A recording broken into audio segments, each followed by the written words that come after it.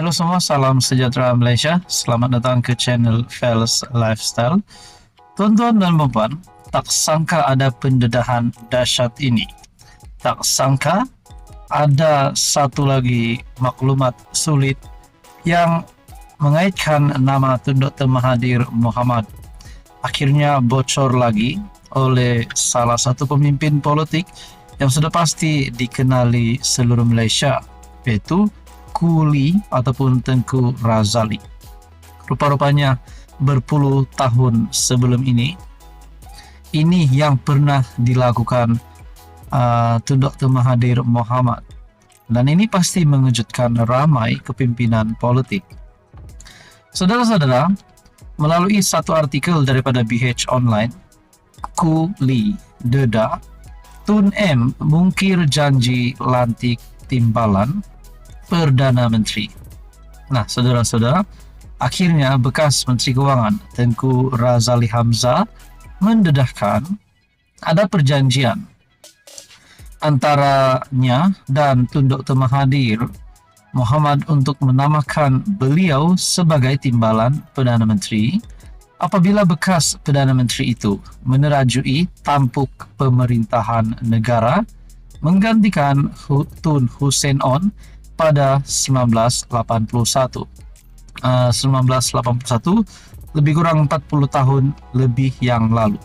Nah, saudara-saudara, selepas terdedahnya perjanjian ini di antara Tun Dr. Mahathir dan Tengku Razali, di mana Tun Mahathir disahkan oleh Kuli telah memungkir janji. Bahkan janji yang dimungkir oleh Tun Dr. Mahathir ini adalah satu janji yang amat besar menurut saya. Apakah tidak? Kuli mendedahkan Mahathir memungkir janji untuk melantik beliau sebagai TPM. Nah, saudara-saudara, itu pasti satu perjanjian yang besar. Nah, saya pula membuat persoalan. Adakah selepas Tun Dr. Mahathir memungkir janji terhadap Tengku Razali, sekali lagi Tun Dr. Mahathir boleh membuat perkara itu? Mungkin memungkir janji bersama dengan sekutu-sekutunya hari ini, yang kita boleh cakap bersama dengan Muhyiddin Yassin dan juga Hadi Awang. Nah, itu menjadi persoalannya. Menurut artikel ini, bagaimanapun Razali berkata, perjanjian itu bubar apabila Dr. Mahathir dalam kenyataan media pada ketika itu menyebut beliau menyerahkan kepada UMNO untuk menamakan calon timbalan presiden supaya beliau tidak perlu memilih timbalan Perdana Menteri. Hal mengenai perjanjian antara Razali yang lebih dikenali sebagai Kuli dan Dr. Mahathir dikongsi beliau dalam buku Kuli Memoir 205 yang dilancarkan bekas TPM yang juga seteru politik beliau satu ketika dulu, Tun Musa Hitam. Razali berkata, perjanjian antara beliau dan Dr. Mahathir dibuat ketika Hussein sedang bergelut dengan masalah kesihatan. Katanya, kesihatan Hussein yang sering uzur ketika itu bukan rahasia dalam kalangan awam. Malah media melaporkan beliau mendapatkan rawatan pembedahan pintasan jantung selama sebulan di luar negara, dan dalam tempo itu Dr. Mahathir memangku tugas sebagai Perdana Menteri. Sejak itu kabar angin Hussein akan meletak jawatan bertiup kencang meskipun beliau menafikannya. Ketika itu juga nama Dr. Mahathir disebut-sebut sebagai pengganti Hussein. Bagaimanapun Razali dalam memoir itu menyebut ia masih belum selamat buat Dr. Mahathir yang ketika itu sudah menyandang jawatan sebagai TPM selama 4 tahun. Ini disebabkan hubungan baik Hussein dan Razali menjadi puncak kebimbangan Dr. Mahathir. Nah, saudara-saudara, untuk berita sepenuhnya Anda boleh lihat di dalam artikel BH Online. Di sini ada satu maklumat yang lebih besar lagi, dan di atas tajuknya adalah Kuli Deda, Tun M mungkir janji lantik timbalan Perdana Menteri. Sekian saja untuk kali ini. Teruskan bersama di dalam channel ini untuk info yang seterusnya. Halo semua, salam sejahtera Malaysia. Selamat datang ke channel Fels Lifestyle. Info padu, info hangat disediakan. Saudara-saudara, berkaitan dengan pemilihan bersatu. kita terus kepada Presiden Bersatu. Seperti yang kita tahu, Muhyiddin Yassin sebagai Presiden Bersatu hari ini. Namun selepas kekalahan Bersatu ataupun Regata Nasional pada PRK Kuala Kubu baru-baru ini, terdapat gesaan daripada pemerhati politik supaya Muhyiddin Yassin meletakkan jawatan sebagai Presiden Bersatu dan memberikan ruang ataupun memberikan jalan kepada pemimpin baharu yang lebih muda dan lebih fresh idenya. Nah, itu adalah satu gesaan untuk Muhyiddin Yassin meletakkan jawatan.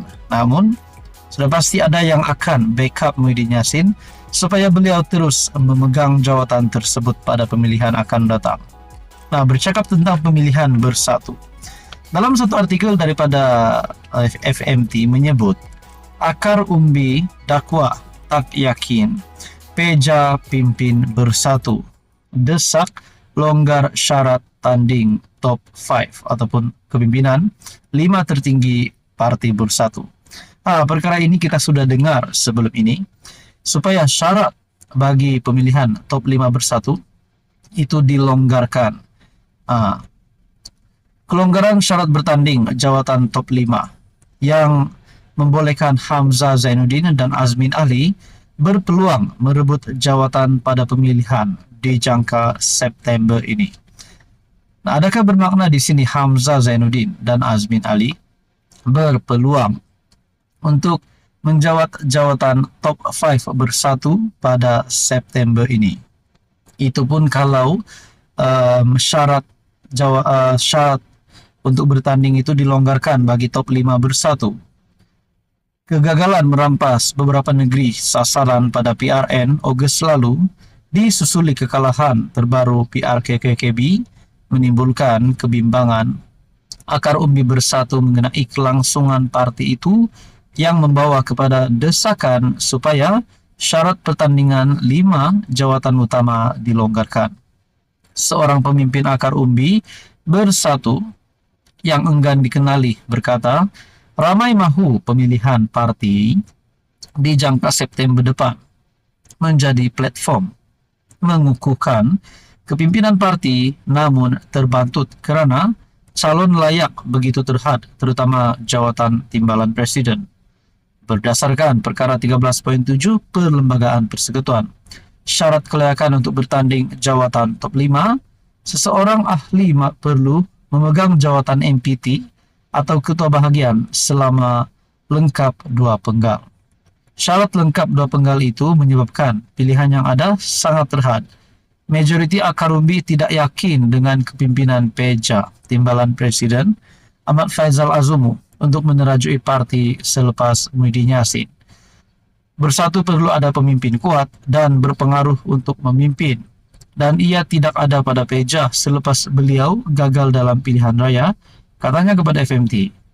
Katanya pengaruh Faizal juga terhad hanya di Perak, Pulau Pinang, Kedah dan sebahagian kecil Selangor, selain tidak mendapat sokongan penuh ahli di negeri lain. Nah, saudara-saudara yang amat dihormati, semalam ahli MPT Wan Saiful Wanjan berpandangan bersatu perlu menguatkuasa perkara 14.14 Perlembagaan Parti, yaitu MPT boleh memberi kelonggaran kepada mana-mana individu yang belum layak tetapi diperlukan untuk menggalas jawatan tertinggi untuk bertanding. Nah, saudara-saudara yang amat dihormati, adakah dengan ini Peja tidak akan diterima oleh akar umbi bersatu, dan akar umbi bersatu ataupun kepimpinan bersatu mahu Azmin Ali ataupun Hamzah yang menerajui parti bersatu pada masa akan datang? Sekaligus kita juga mendengar Muhyiddin Yassin digesa untuk meletakkan jawatan. Jadi saudara-saudara yang amat dihormati, siapakah menurut Anda yang layak untuk memimpin parti bersatu?